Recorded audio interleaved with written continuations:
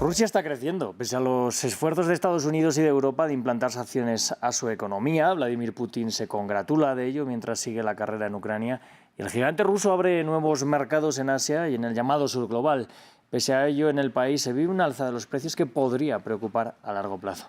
Para analizar esta realidad, hoy vamos a hablar con la doctora Aribel Contreras Suárez. Ella es analista de asuntos globales y coordinadora de la licenciatura de negocios globales de la Universidad Iberoamericana de Ciudad de México. Probablemente la conozcan ya, pero la tenemos hoy aquí en nuestro estudio, así que te doy la bienvenida, Aribel. Encantada, Rodrigo, y un placer estar aquí contigo, con todo tu auditorio en France 24. Bueno, un placer tenerte también en este estudio.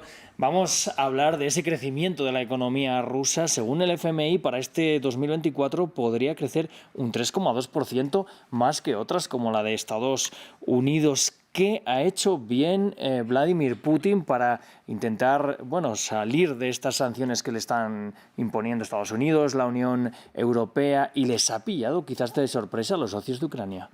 Así es, Rodrigo. Vemos que el Fondo Monetario Internacional le ha apostado a este crecimiento que atinadamente tú has dicho, porque hay varios elementos que le favorecen a Vladimir Putin, como es la extensión territorial del país, lo cual le permite a Rusia ser un gran proveedor de energéticos, metales y granos. Y si a eso le sumamos que también es cobijada su economía por China, pues esto nos permite visualizar que todo lo que Rusia estaba exportando a Europa a partir de la invasión a Ucrania, lo que ha hecho como estrategia es redireccionar sus exportaciones. Algo que Occidente no veía venir era que al imponerle sanciones creía que eso iba a frenar y a contener no solamente la economía rusa, sino la guerra. Sin embargo, esto no se ha dado en este horizonte, derivado a que en este mundo tan globalizado, pues es impensable creer que lo que se le iba a imponer a Rusia no también tuviera un efecto boomerang. Es decir, la afectación a Occidente también es lo que ha mermado el no crecimiento de las economías de Occidente, principalmente Europa y Estados Unidos, pero básicamente también las 7 economías que conforman el G7, que son las 7 economías más industrializadas del mundo. ¿Pero significa esto entonces que están siendo inútiles las sanciones o sí que están sirviendo de algo? Y quizás lo que se está viendo es que lo que solemos llamar Occidente está más debilitado de lo que pensaba. Por supuesto, y me parece que estamos viendo el efecto de la globalización de la producción, donde tanto Rusia requiere de materias primas del exterior, como también Occidente demanda componentes como ha sido los fertilizantes rusos, los energéticos, que ha tenido que buscar proveedores de otras regiones, que no ha sido fácil, no ha sido sencillo, y sin duda la prolongación de la guerra ha generado que Rusia reactive la economía a través justo de la industria militar, pero por el otro lado, si a esto le agregamos el coletazo del conflicto en Medio Oriente, pues es la tormenta perfecta para que la economía global no crezca a lo que tendríamos que estar moviéndonos. Bueno, nos has hablado del papel de China que está jugando en este punto con Rusia. Yo quería preguntarte, ¿corre Rusia el riesgo quizás de convertirse en una especie de satélite de esa gran potencia que es ahora mismo China? Sin duda vemos países satélites como lo es Irán, como lo es varias economías alrededor de la misma Rusia, puesto que a Rusia se le ve como una potencia mediana, pero China, el rol que ha participado o lo que ha dejado de hacer en este conflicto en particular es interesante porque bajo el cobijo de su política neutral, pues no le permite a Rusia verse afectado como lo hubiera esperado Occidente, ya que China se ha convertido en su principal comprador, sobre todo de gas natural.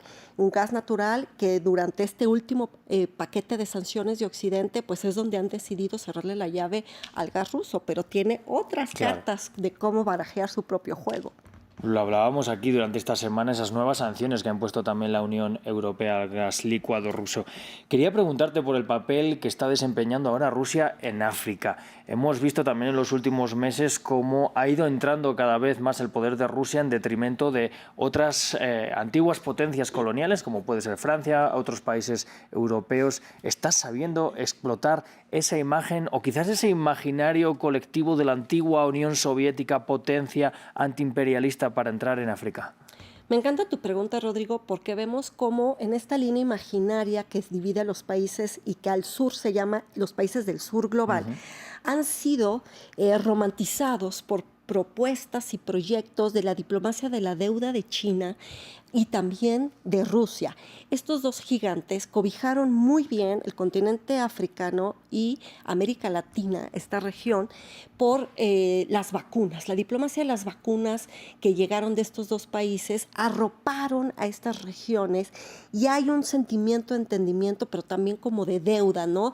De me ayudaste cuando te necesité y ahora yo te abro mis fronteras. Sin duda, China trae una diplomacia muy cercana con el continente africano que suma a este sentimiento de coraje, de rabia por ser excolonias o estos lazos que le llaman el colonialismo europeo, que ahora lo que buscan es deslindarse. Y de ahí que esta voz enérgica de África, donde busca un asiento dentro del Consejo de Seguridad de manera permanente y que sumado a esta propuesta de Vladimir Putin de decir que ahora se vive un mundo multipolar, es donde justamente engrana perfecto el eslabón de África, pero junto con otros países del sur global, al decir mi voz tiene que ser escuchada en foros multilaterales y no nada más el veto de Estados Unidos junto con el Reino Unido y Francia, que también lo tiene China y Rusia, pero que las narrativas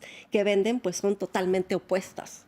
Claro, pero más allá de las narrativas, el actuar se puede declarar también imperialista o ciertamente sí que hay otro tipo de relaciones con los países del sur global a las que han tenido potencias europeas o Estados Unidos.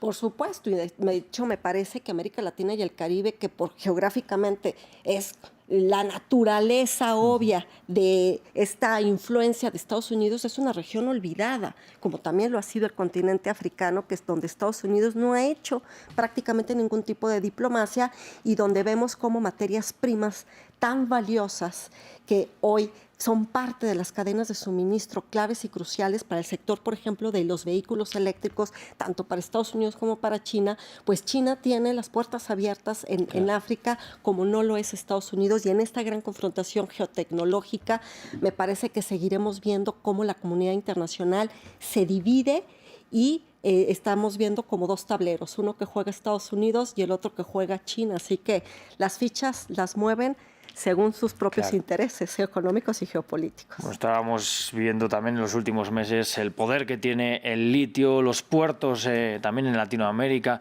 que China ha intentado proyectar. La verdad que es muy interesante lo que nos estás contando y te quiero dar las gracias por haber estado hoy con nosotros desde el estudio aquí en France 24. Al contrario, agradecida yo y feliz de poder estar aquí contigo y con todo tu auditorio en este bello país. Muchas gracias, Rodrigo. Bueno, gracias, Aribel. Yo a nuestros espectadores les invito a que sigan con nosotros. Ya saben, hacemos una breve pausa y volvemos con más.